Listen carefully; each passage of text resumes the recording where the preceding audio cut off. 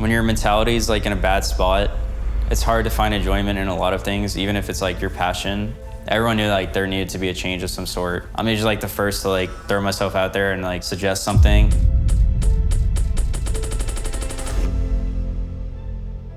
My family represents like just the reason why I compete. Being home with a newborn and stuff is really important.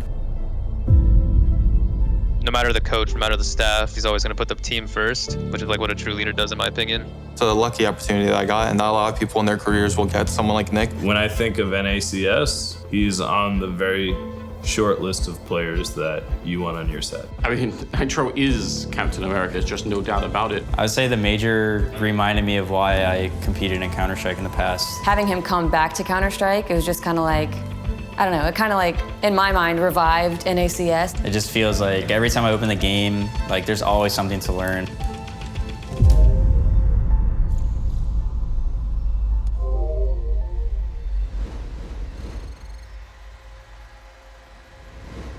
So growing up, I started playing Counter-Strike probably from the age of like 7 or 8. And I remember like being in like middle school, for example, and just thinking like, oh my God, it's 7th hour.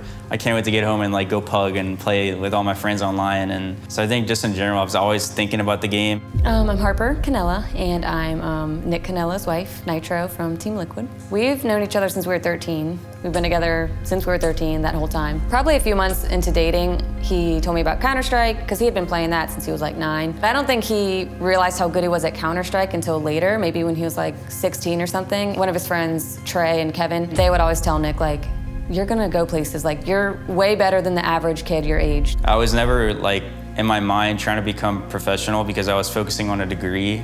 I remember one season of ESEA Main where I had like the best stats, like the most like frags or whatever, so I was like, dang, like this is pretty impressive, like even for myself. When I saw that, I was like, maybe like someone else is looking at that and they'll notice, and maybe like I'll get a shot at like the next like step in Counter-Strike. I think one of the really standout features definitely was his impact on the game inside of the server. Huge numbers to put up, and something you always take note of early on in someone's career. At the time, Counter-Strike was kind of like starting to blow up. They started having majors, like Valve funded tournaments. It felt like something we'd been waiting for a long time. I actually got an opportunity from IVAP Power to go and compete my sophomore year of college. Back then, it was just kind of like, I was just kind of an entry-fragger. I was just running out there, just trying to get like 2 kills in the entry on the bomb site, and I would usually get it because I was pretty skilled. The 2 players you've selected, Desi and nitr0, to replace Stealing Days. We were kind of thinking less tactical, more frag heavy. I went to Sweden, first time ever. I had to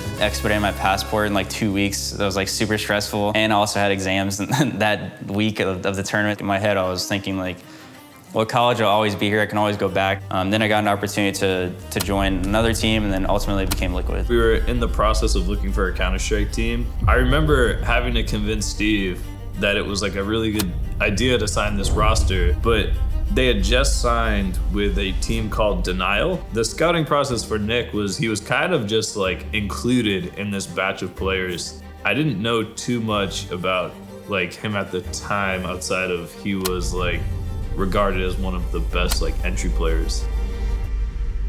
I think really early on in Counter-Strike, the European scene had kind of got away from the North American region. A lot of the tournaments that we went to in Europe, we were like ranked the #1 seed from NA. And at that point in time, you would play like a best of 1 versus Fnatic, who were like gods of the game at that time. They were like so confident in their gameplay, and they were just like, kind of like bullying someone. Then you would play like another good team in the lower bracket for elimination, and then you were just on like vacation in whatever country you're in. It was kind of cool to see the cities as well, because we got knocked out so early. For a long time, he had thrown around the idea of in-game leading, but I think he was nervous to take on that role. He knew that like stats-wise, he would kind of like suffer as the in-game leader, like his stats would take a back seat. Now it's about the team and not about your performance. I think the biggest reason for me wanting to become nitr0 is probably I just wanted to win.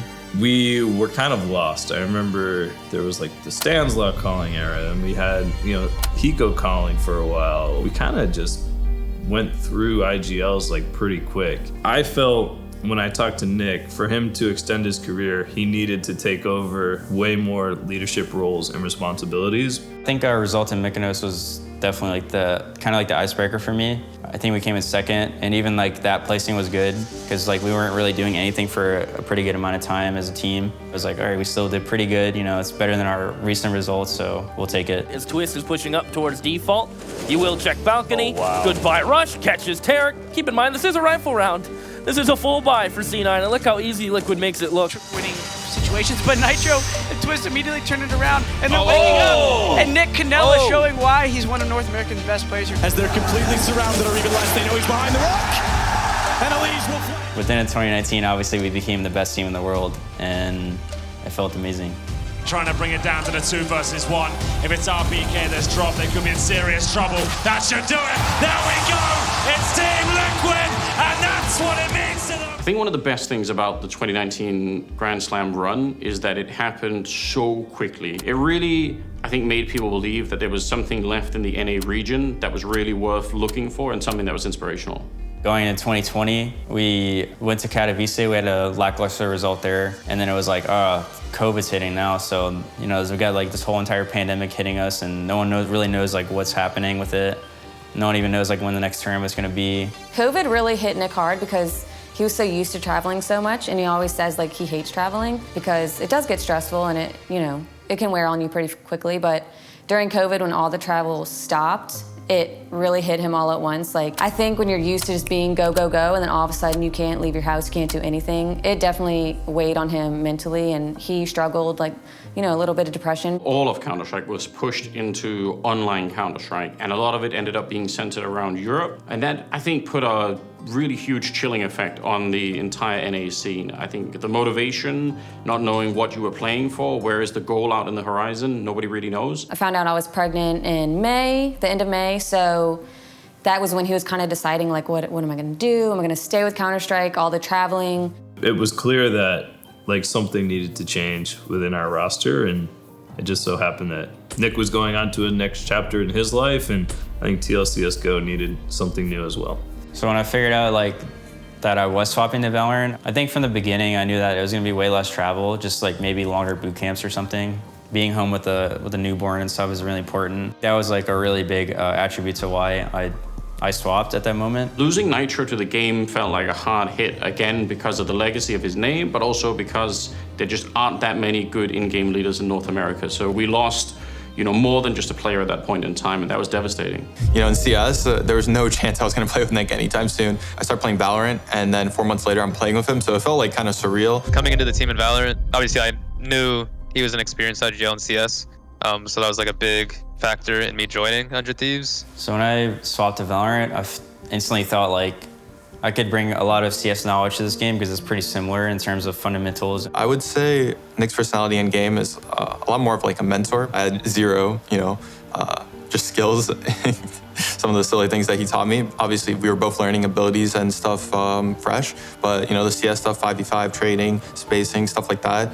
Him and Steel helped me out a lot with that. We instantly won First Strike, which was in December of 2020.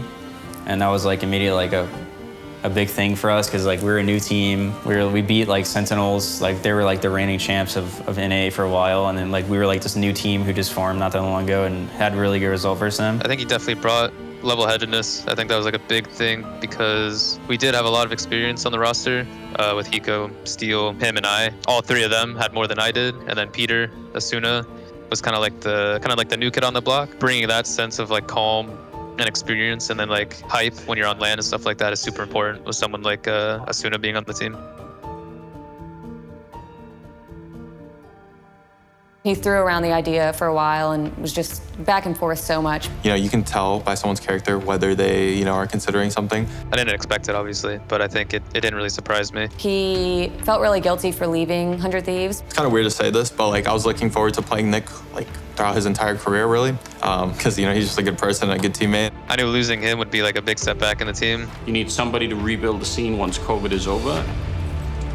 After the Stockholm Major, we knew our roster was exploding. To start any Counter-Strike team, the foundation needs to be your leader. We needed a leader that the players believed in, trusted in. Someone to make Liquid feel as a team again. There was only one person that fit the bill. I mean, nitr0 is Captain America within Counter-Strike at this point in time. There's just no doubt about it. When he was playing Valorant, it was definitely different. Wasn't fun for me because I don't enjoy watching Valorant personally, and we missed watching him play Counter-Strike. You know, I sidelined Counter-Strike for a year and a half or whatever. I wasn't thinking about it, I wasn't really watching it. I would say the major reminded me of why I competed in Counter-Strike in the past. I think that first major back with the crowd and with Counter-Strike at such a high level, it seemed like that really ignited the passion in nitr0 once again. Nick came back and he knew it wasn't going to be easy. He knew it would take time. We made it clear to him that we believed in him fully. You get your ass beat, you go to a different game, and then you get this crazy itch to come back to Counter-Strike. You don't want to mess that up. You don't want to be the guy that comes back from Valorant and just be another guy. It meant the world to see all the fans supporting me coming back and believing, mainly. I know that boosted his confidence and helped him make that decision. I was actually incredibly skeptical about nitr0 coming back. I wasn't expecting much of anything. I've been more than impressed so far. So I think that is a very unique position to be in. I don't think many more players will be able to claim that kind of history. Going forward after our Kelowna result, the best thing that we can do is just keep on working really hard, keep on adjusting our game, fixing our mistakes, and keep a good mentality, and then we'll eventually just keep on rising and up the ranks. I think he learned a lot from Valorant, especially from a leading perspective of he had to be sort of that guy. He was dealing with a lot of younger players, and he grew up a lot. Maybe, being a dad had something to do with that too. My family represents just the reason why I compete and stuff. This might sound cheesy, but I always knew Nick would be a good dad because we have our 5 dogs and he's always doted on them and treated them like they're babies. He just loves to hang out with Maverick and go up in his room and play, and he's always like, you want to take Maverick to this play place, or you want to take Maverick to the pool? So it's really sweet watching him. When he is home, he wants to interact with Maverick and he wants to spend that time with him. So I love seeing him be a dad and just be really loving to Maverick, so it's sweet. This is my little boy Maverick and my little doggy, Augie. I guess what people see him as, unironically, the dad maybe. It's a lucky opportunity that I got, and not a lot of people in their careers will get someone like Nick. He's just proven time and time again now that he's that guy. And when you think of North American Counter-Strike, you think of nitr0 and how he's been there on some of the winningest rosters the game's ever had. The Nick that I saw when we first had him becoming our leader years ago is now that guy. And he has a drive, a passion to win. He doesn't want to be known as a Valorant switching failure. He wants his legacy to be Counter-Strike. He believes in our roster, he believes in our players, he believes in our organization, and I think it's just a matter of time until he gets that success all over again.